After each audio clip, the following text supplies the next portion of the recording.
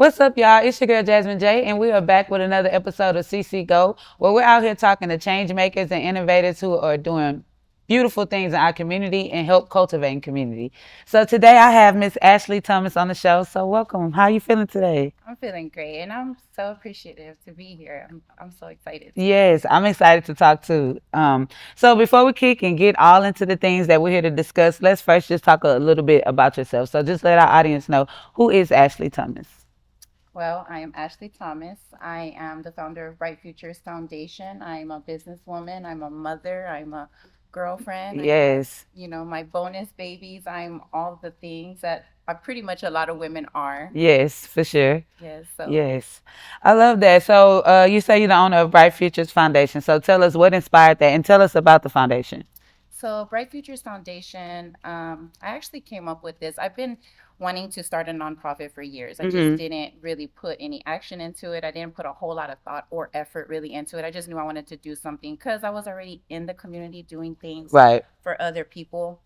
I just didn't have that fire lit under me to actually go and do it. It wasn't until I got diagnosed with breast cancer and I was literally devastated. I didn't Yeah. know what to do with my life anymore. I took like a complete break. I shut down from Everything. everything. I was going through a really, really tough time, like a really, really bad time mentally, not Yeah. only physically, but mentally it was rough. Um, I was in my room one night crying, of course, about my situation and was Hmm. just like distraught. But something kept telling me community. Like I kept hearing that word, and I started journaling a lot at the beginning Yeah. of this year.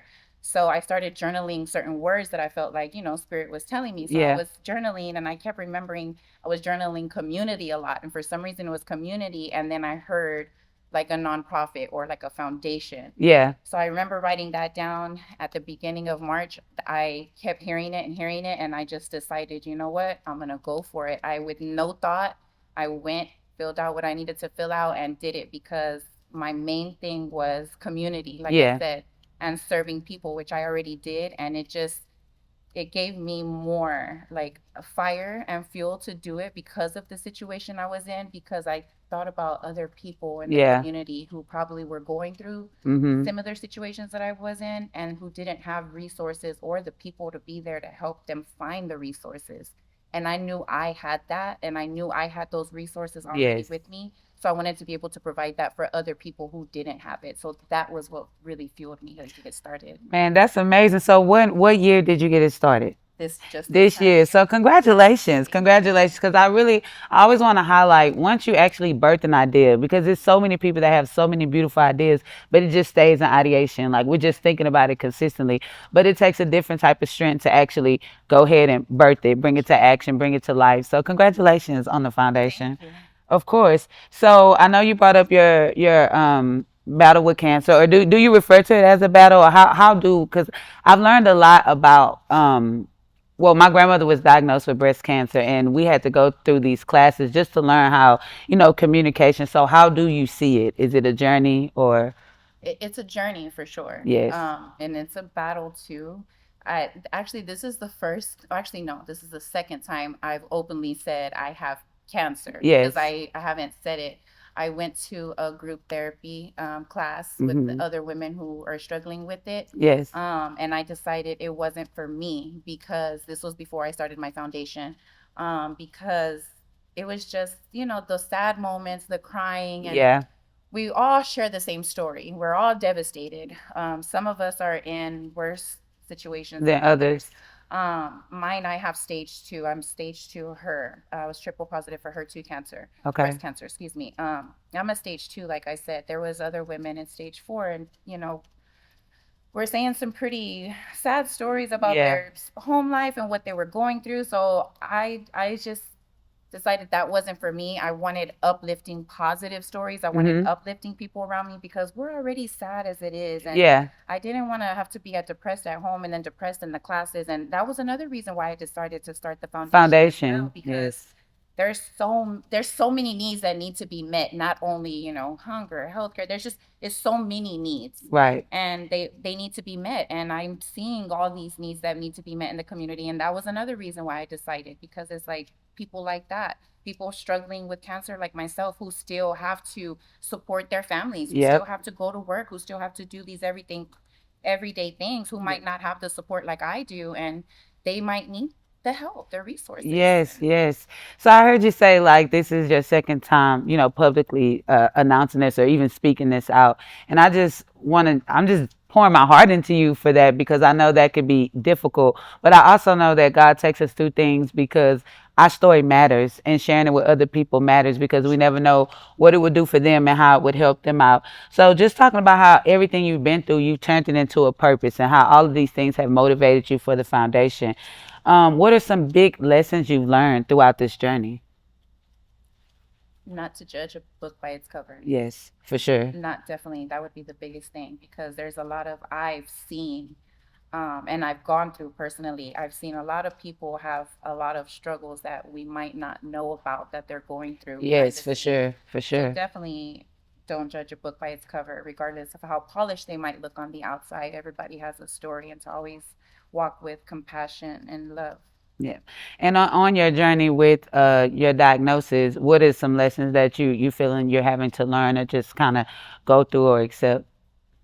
I would say the biggest lesson I'm still learning is being patient, Yeah. and it's definitely taught me how to slow down, Mhm. because I almost lost my life twice. Gone through 4 procedures, 2 surgeries this year, and that type of stuff is very scary. So Yes. going through all of this has definitely changed my perspective on life and just Mhm.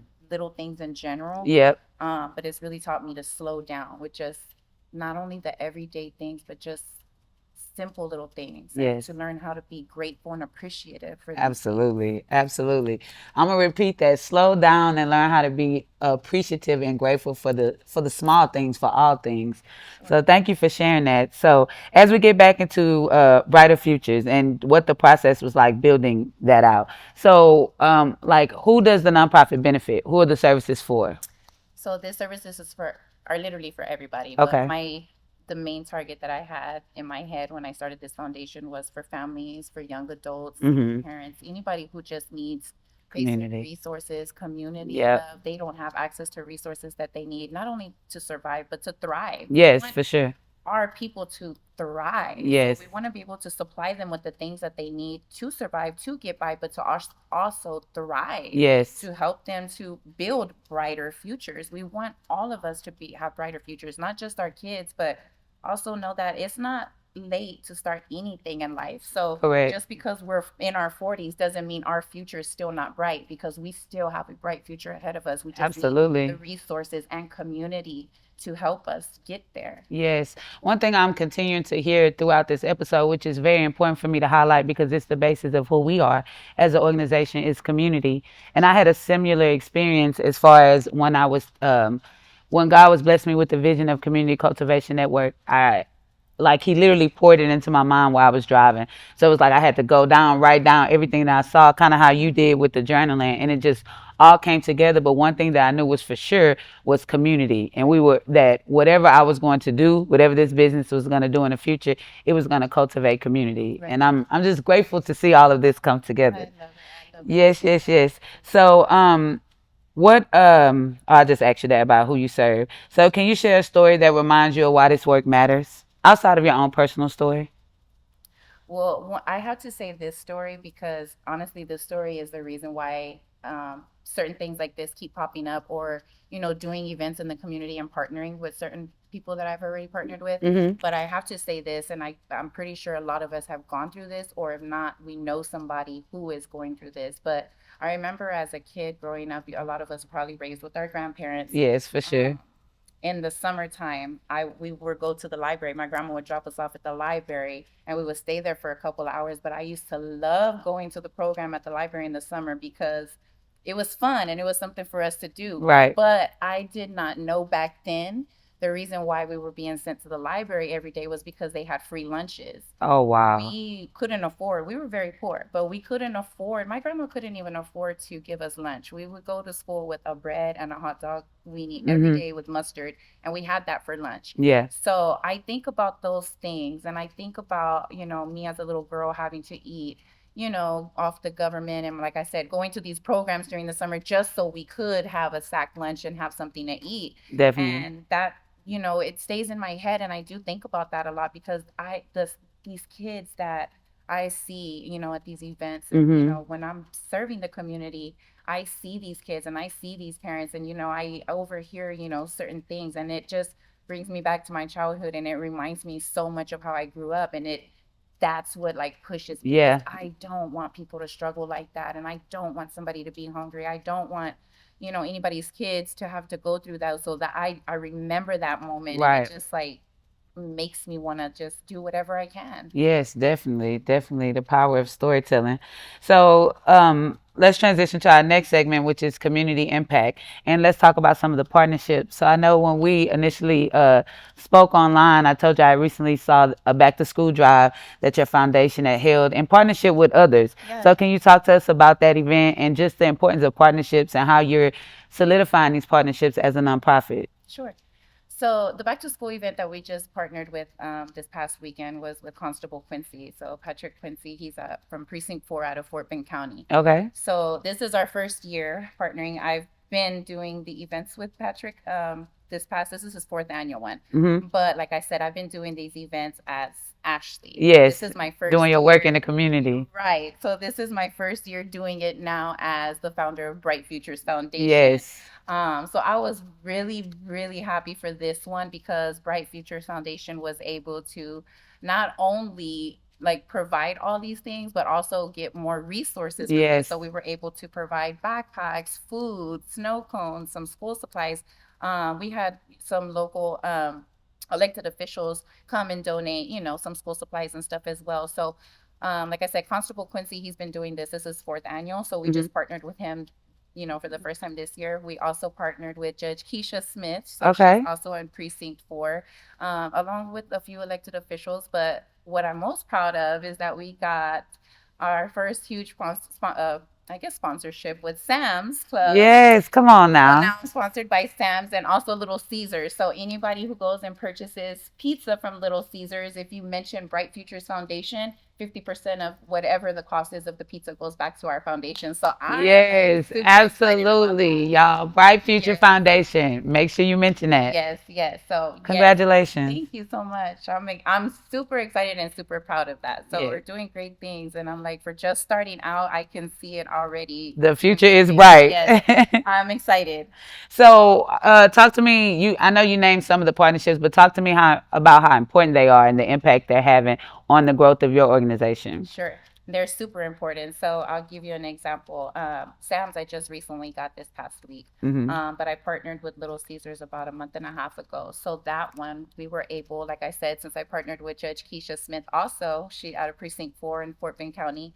We were able to provide through the foundation some pizzas for the high school teachers. So Yeah. during Teachers Appreciation Week, just wanted to show some love to the Yes. teachers, and we had Judge Keisha Smith go pick up the pizzas because they, were sponsored by Little Caesars. So the foundation was able to provide free food for all the teachers at Travis High School this year. That's amazing. So partnerships like that are super important Yes. because we also have coming up through with Constable's office, we're going to have him and some of his deputies serve some pizza to the local homeless shelters and to some of the orphanages for the kids too. So we got toys being sponsored, like I said, backpacks. So these things are important because whatever's being sponsored, whether it's monetary donations or physical things like toys, backpacks, or whatever, Yes. we go back out and we find people who need them and give them. If we don't have that, we create an actual event based off of what we see that the community needs and are able to provide these things. Definitely. So that takes us right on to our last segment,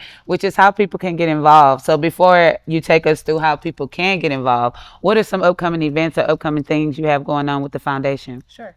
So we actually have a health and wellness fair coming up at the end of August. Okay. That's going to be the first one. I'm actually excited about that too because we got so many things donated. I'm so excited because my plan is to have at least 300 to 400 people served with hygiene kits. Yes. They're going to get free dental exams. They're going to get free health Come on checks. They're now. going to have free flu shots there. So I'm excited about this Yes, one. that you should be. That's I'm super definitely a great and excited. needed in the So we community. got a couple more coming up with Constable's office and Judge Keisha in the community. Where this year I'm excited because we also partnered with HEB.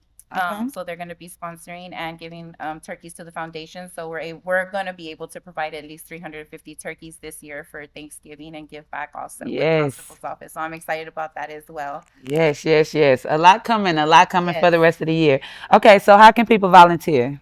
So they can volunteer through Bright Futures. Actually, you can go to brightfuturescare.org, Mm-hmm. or you can message us on Instagram. It's brightfutures_BFF, or my personal Instagram, Ashley_Nicole_1204.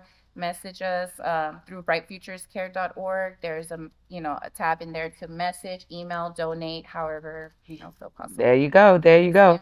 So how can businesses become sponsors or partners? So say for instance they hear this interview and they hear all the partnerships and they too want to partner with you. How can they get involved? Well, first of all, whichever camera I have to look at, please, please, please, please, please partner with me because I would greatly appreciate it. I would love it not only for myself but for the community because we need it. Yes. But if you're interested in partnering with me or the foundation, I would love to hear from you guys. So just like volunteering, you can go to our website. You can message us on actually through the website. You can message us, email us at brightfuturescare.org or excuse me, that's the website, brightfuturescare at gmail.com is the email, or you can send us a message on Instagram, however you feel fit. We're on all platforms. Yes, yes, yes. So I have a few rapid fire questions before we close out this interview, okay?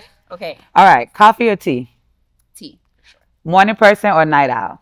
Morning person. Morning person. One word that describes hope. Love Love. I love that. I love that. What motivates you every day? myself. I know that's right. I know that's right. Favorite way to serve the community? Showing love. Yes, yes. What's one thing you want every family to know? That just because you're struggling doesn't mean you have to keep it to yourself because there is somebody out there who cares and who's Yes, willing to give the help that is needed. I agree 100%. Finish this sentence for me. A brighter future begins with A brighter mind. I know that's right, a brighter mind. Y'all, this has been an excellent episode. And before I close out, I just again want to pour love into you and just thank you for showing up. Thank you for showing up for the community. Thank you for coming out here and just sharing your story with us. It's motivating and it's inspiring. Y'all, make sure you watch this episode. The biggest thing that I took away from this interview is community. And y'all know that's what we're all about here at Community Cultivation Network. So if you want to keep hearing us talk to innovators and change makers in our community, make sure you follow, like, and subscribe.